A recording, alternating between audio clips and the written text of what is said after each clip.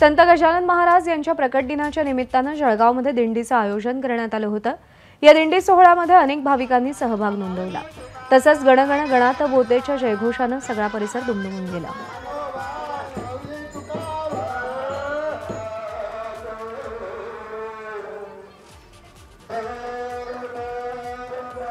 दरवर्षी आम्ही सकाळी दिंडी सोहळा, दिंडी पालखी सोहळा व दुपारी 12 ते 3 पर्यंत महाप्रसाद, रात्री भजन संध्या असा कार्यक्रम गेल्या 35 वर्षापासून साजरा करतोय।